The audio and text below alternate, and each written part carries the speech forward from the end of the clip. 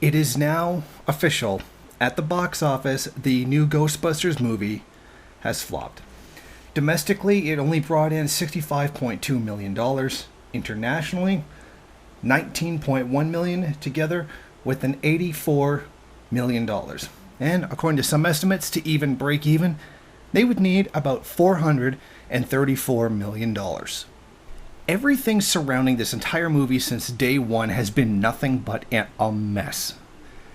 Everything has been a total wave of either negativity or outrage at the movie, depending on what side you're even on. A great deal of people will no doubt blame sexism for the movie not doing very well, but I believe that's too oversimplistic of an explanation. People didn't go and see the movie. Now, the reasons why they didn't go and see the movie probably vary wildly. And I'm sure a lot of the people just didn't want to see a remake of the Ghostbusters for whatever reason, and some of those reasons certainly were sexist. But to simply reduce it to that is meaningless. Now, the reason I say all of this is because of the tremendous, just insanity surrounding everything. Okay, you look at the star Leslie Jones, and she, called people out on a lot of the negativity towards the movie. She was then bombarded ceaselessly with racism. Okay, if you don't like the movie, hell, even if you don't like it for sexist grounds, why is it necessary to go to the degree of using racism? What's the point of that? Why do you need to go there? If you have a real rational argument that feminists can't tackle, then why are you resorting to that? And we've seen that, and in some cases, feminists really can't take a real argument. Just look what happened between myself and Ashley Lynch when she rattled off a bunch of people who were men who were sexist towards the movie.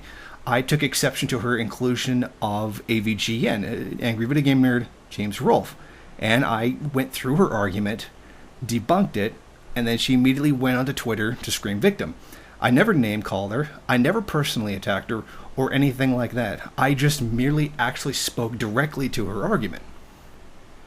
But then you turn around, and there's all these MRA types who are making personal attacks, just complete nonsense accusations of the movie, who aren't making real arguments, and then turn around and claim feminists can't deal with debate, or can't deal with arguments.